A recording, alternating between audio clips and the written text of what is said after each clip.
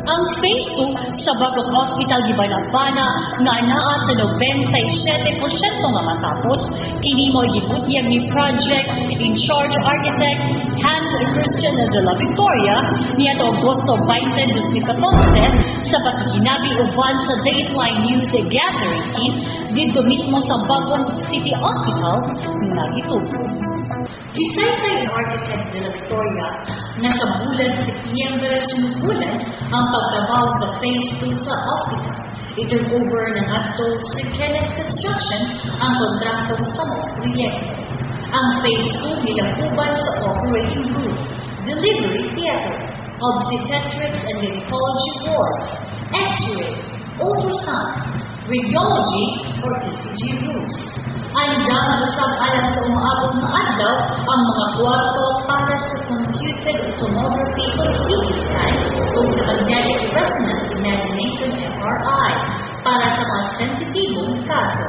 Ang Phase 2 adunay budget nga nagdagdag og 23 milyones ka pesos. Samtang ang Phase 3 may budget kini nga mokabat ngadto sa 45 milyones alang sa duha ka andana nga building. Ang gidako niini moabot sa 2,600 metros kwadrados kapitong kulang. Dili mahimutan ang bantang mga wards, isolation room, private o semi-private rooms suban pa. Aduna usab kini elevator bed, di na usa ka kama mamahimong ipasulod sa elevator o mapasaka sa ikadong andana. Ang pagtrabaho niini magasugod sa bulan Setyembre o gibanabana na matapos sulod sa 8 ka bulan, di ang trabaho niini nga proyekto mao ang administrasyon.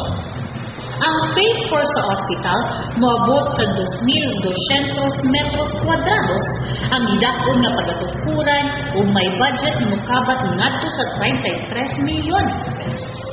Dini may utang ang dugang ng mga wards, dietary, cafeteria o pa o aduna usab kini elevator bed sa pag-transport ng mga pasyente dinhi nga andana. Giban-apan na usab kini ni Architect de la Victoria nga matapos sulod sa 8 ka bulan nga pagtrabaho.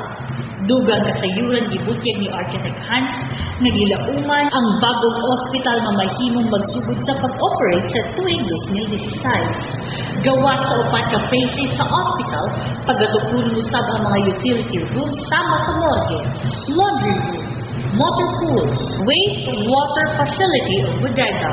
Ang tibok hospital makaokupar og 250 ka kama.